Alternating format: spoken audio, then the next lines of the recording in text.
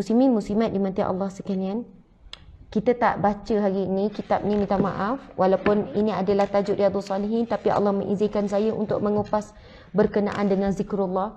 Dan setinggi-tinggi sebesar-besar zikrullah adalah doa.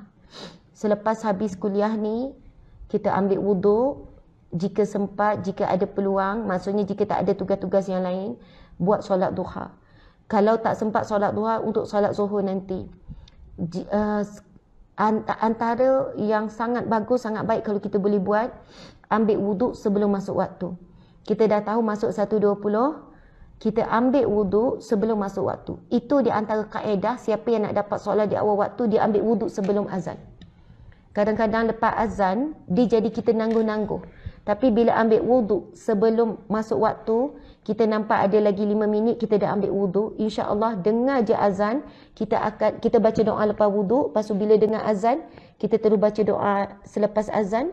Kemudian kita pun solat. Masya Allah. Sama dia nak solat sunat dulu ataupun terus solat. Antara kaedah ataupun cara-cara nak dapat khusyuk dan tenang solat adalah menjaga solat di awal waktu dan ambil wuduk dengan khusyuk. Bila kita ambil wuduk dengan khusyuk, ambil wuduk dengan tenang, kita ambil wuduk sebelum waktu salat. Kalau kita ambil wuduk dah lewat, kita ambil wuduk pun dalam keadaan kelang kabut. InsyaAllah kalau kita buat rutin, ambil wuduk baca doa, dengar azan baca doa, bila takbir terus baca doa iftitah, InsyaAllah kita akan solat dengan tenang. Kita akan mula merasai kemanisan berbicara dengan Allah. Tuan-puan sekalian, kalau kita tengok cerita Korea ke, Mak Saleh ke, ataupun cerita Hindustan, bukan bahasa kita. Kalau kita tak faham, kita tak baca seni kata, subtitle tu, kita tak akan boleh menghayati kisah tersebut. Kita tak boleh faham apa yang mereka buatkan, jadi kita tak boleh menghayati. Kenapa solat kita tak boleh menghayati? Kenapa solat kita tak boleh buat kita rasa kita bercakap dengan Allah? Sebab kita sendiri tak tahu apa yang kita bercakap dengan Allah. Kita sendiri tak tahu apa yang kita ucap. Macam mana kita nak boleh menghayati dalam solat? Sebab itu Nabi SAW bersabda, ini hadis yang sahih. Awwalu ma yuhasabu indallah yaumal qiyamah. Amalan yang pertama yang akan dihisap di sisi Allah pada hari kiamat kelak. As-salah, Nabi kata solat. Amalan yang pertama akan dihisap di mahsyar kelak. Sebelum puasa, sebelum zakat, sebelum sedekah, sebelum haji, sebelum hisap amal soleh kamu, tolong orang banjir, tolong orang sana sini. Amalan soleh kamu, ketaatan pada suami. Amalan soleh kamu, mengandung susah payah melahir. Sebelum amal soleh lain. Nabi kata, awwalu ma yuhasabu indallah yaumal qiyamah. Subhanallah. Amalan yang pertama akan dihisap oleh Allah pada hari kiamat. Nabi sebut as-salah, solat. Dan Nabi sambung lagi, apabila solatnya baik, maka solatnya diterima, maka akan diterima segala amalannya yang lain. Subhanallah. Allahu Akbar. Dalam hadis yang lain Nabi sebut, jika amal solatnya baik, maka baiklah, selamatlah perjalanan seterusnya. Maksudnya, insya-Allah syurgalah baginya. Amalan lain akan diterima oleh Allah. Tetapi jika solatnya buruk, jika solatnya bermasalah, Nabi kata, maka celakalah dia. Maksudnya, subhanallah, kalau tak selesailah ketika dihisap tentang bab solat, maka celakalah. Na'udzubillah, bermaksud di sini, maka nerakalah baginya. Ataupun susahlah hisap dia seterusnya. Ataupun teruklah dia ketika dihisap. Malanglah, celakalah. Sebab itu tuan-puan sekalian, kalau orang tanya saya, Ustazah, ada orang jaga solat Ustazah, tapi dia tak tutup aurat macam mana? Saya kata terus solat. InsyaAllah dia pasti akan menutup aurat sebelum dia mati. Ustazah ada suami ni kan malas gini, tapi dia jaga solat. InsyaAllah satu hari dia akan berubah dengan solat. Sebab as-salatu tatana 'anil fahsya'i wal munkar. Solat itu akan mencegah seseorang itu membuat perbuatan keji dan munkar. Cuma mungkin solatnya belum sempurna.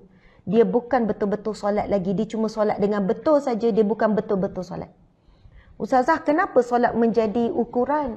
Kalau Allah terima solat, maka diterimalah semua amalan lain. Tuan-puan sekalian, solat menguji sabar. Orang tak sabar, dia tak akan solat.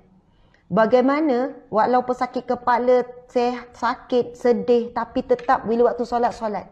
Ya memang orang yang sabar saja boleh tunaikan solat. Solat adalah simpulan kasih kita dengan Allah. Setiap kali kita solat, kita sedang mengukuhkan simpulan kasih cinta kita dengan Allah. Subhanallah. Allahu Akbar. Sebab waktu solat, kita bukan saja bercakap dengan Allah dari sudut lidah. Kita bercakap memuji Allah. Tetapi dengan pergerakan kita, rukuk, sujud semua itu, menunjukkan kita sedang berbicara dengan Allah dan menghormati Allah. Kalau waktu kita masak, kita zikir, tapi tangan kita buat benda lain. Ketika kita drive, kita baca Al-Quran. Ya, tapi perbuatan kita sedang buat perkara lain. Tapi waktu solat, kita diharamkan untuk buat perkara yang lain. Melainkan perbuatan solat saja. Kita diharamkan untuk berhenti apabila kita dah mula solat. Tapi kalau zikir di luar solat, kita boleh berhenti anytime. Tapi waktu solat, kalau dah angkat takbir, walaupun ada panggilan masuk, walaupun ada perkara lain, bila kita dah angkat takbir, Allahu Akbar, maksudnya takbir yang mengharamkan kita daripada berurusan dengan dunia. Dengan orang bagi salam dekat luar rumah pun kita tak boleh berhenti. Sekarang waktunya kita sedang bercakap dengan Allah. Tidak ada yang lebih utama melainkan Allah. Kecuali ada mudarat. Rumah nak terbalik, tiba-tiba ada kebakaran. Anak naik atas meja nak terjun, anak kecil. Itu mudarat. Maka boleh berhenti. Tapi kita dilarang untuk berhenti. Tiba-tiba dah angkat takbir, Allahu Akbar. Kita pun berfikir, patut keluar ayam dulu. Nanti lepas solat boleh terus. Kita pun berhenti, kita pun keluarkan ayam, rendam, lepas tu solat balik. Haram. Tidak dibenarkan memberhentikan solat tanpa sebab yang kukuh. Berdosa tuan-puan sekalian. Kita bukan sedang bercakap dengan raja. Bercakap dengan raja pun kita hold semua perkara. Kalau raja lalu, tiba-tiba duduk berdiri tegak. Cakap tunduk-tunduk. Tapi kita sedang bercakap Maliki Yaumiddin, Raja Hari Pembalasan. Dan Raja kepada sekalian Raja, Allah Subhanahu Wa Taala. Memang dilarang untuk kita berhenti tuan-puan sekalian. Dan masa tu kena fokus apa yang kita cakap, kita kena faham. Kita sedang memuji Allah. Kita sedang tasbih, kita sedang tahlil dalam solat. Dalam solat kita ada selawat. Kita ada selawat pada Nabi Muhammad, Nabi Ibrahim. Kita ada bagi salam kepada sekalian orang-orang soleh. Sebab itu tuan-puan sekalian, sahabat-sahabat Nabi orang terdahulu bila solat, walaupun kena panah, mereka tak berhenti solat. Ya Allah, ketika solat ada sahabat Nabi bila dia sakit dan tabib. Kalau kita doktor lah, kata kena potong kaki ni, kena potong. Lalu doktor mengarahkan. Ini kisah benar, riwayat yang sahih. Saya tak ingat je nama sahabat Nabi tu. Kan dia uji dengan sakit kaki, kena jangkitan kuman macam tu lah kan. Lepas tu doktor kata kena potong kaki ni. Tabib. Doktor masa tu lah dipanggil tabib kan. Lalu doktor ni kata, tabib ni kata pegang dia, pegang. Mula-mula suruh pegang.